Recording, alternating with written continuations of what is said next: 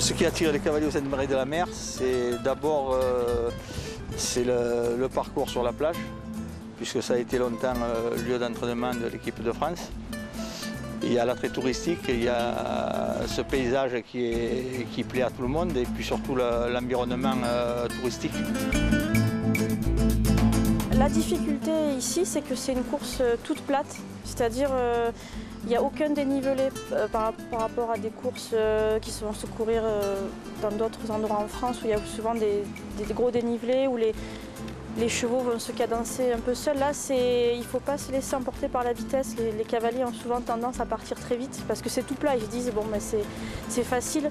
Et ce qui est très dur, c'est la plage. Bon, moi, je la connais par cœur parce que je vous dis, j'y suis quasiment tous les jours à l'entraînement. Et travailler dans le sable, c'est très très dur pour les chevaux. C'est un gros effort technique. Courir sur du terrain dur et courir à la plage, ça n'a rien à voir. Donc c'est ça la grosse difficulté. Beaucoup de chevaux ont du mal en fin de course parce qu'ils ont été trop vite sur la plage pensant que c'était tout plat et facile.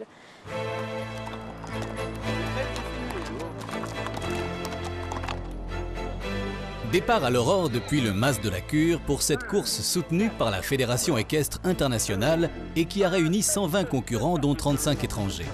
Cette épreuve unique en Europe a donc attiré près de 10 nations en Camargue, drainant plus de 2000 visiteurs.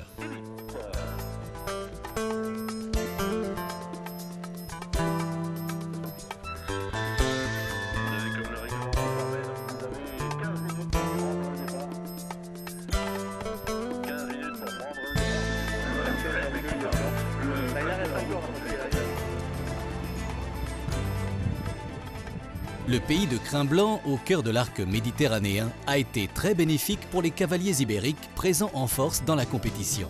Le sable, le vent, l'ardeur du soleil, la beauté sauvage du delta, cette course va laisser de beaux souvenirs à ceux qui la découvrent.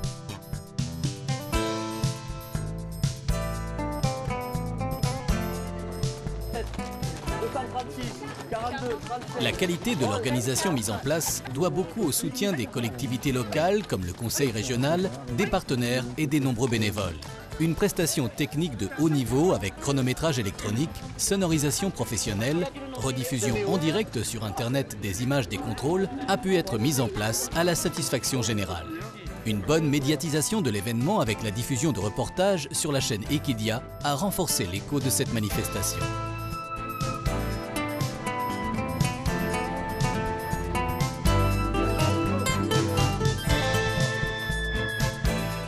Je pense que c'est une excellente course, puisque cette année nous avons la chance d'avoir 8 pays qui participent, donc je crois que c'est la première année qu'il y a tant d'étrangers. Bon, au niveau des professionnels nationaux, bon, je veux dire, ils sont une quarantaine, donc c'est très bien. Donc ce qui prouve que ça commence à prendre une notoriété. Voilà, et moi je suis très satisfait, puisque ça va faire la 3e année que je suis président de jury.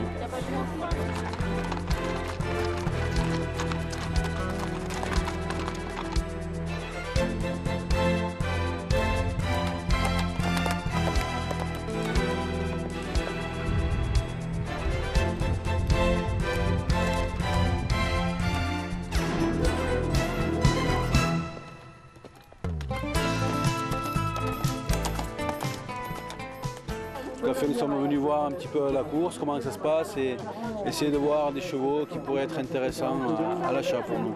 Est-ce que cette course est intéressante? Tout à fait. C'est une référence aujourd'hui en matière d'endurance.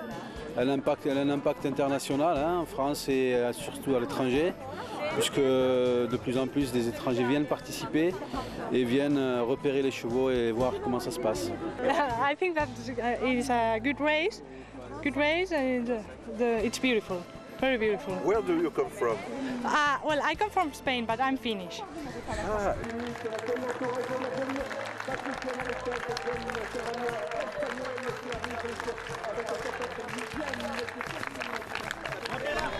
Is it easy to win this race?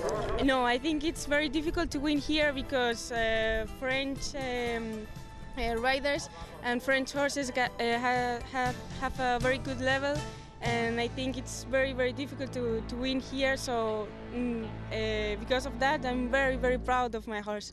It's a good race for it's very long, but it's a good training for the horse. I think that it's, and the paisage is impressionant. The sea, the beach is very good race, very good race.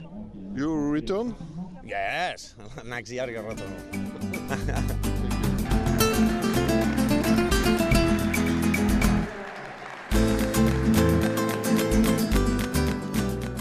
L'élite de l'endurance équestre s'est donc invitée pendant 2 jours en pleine Camargue.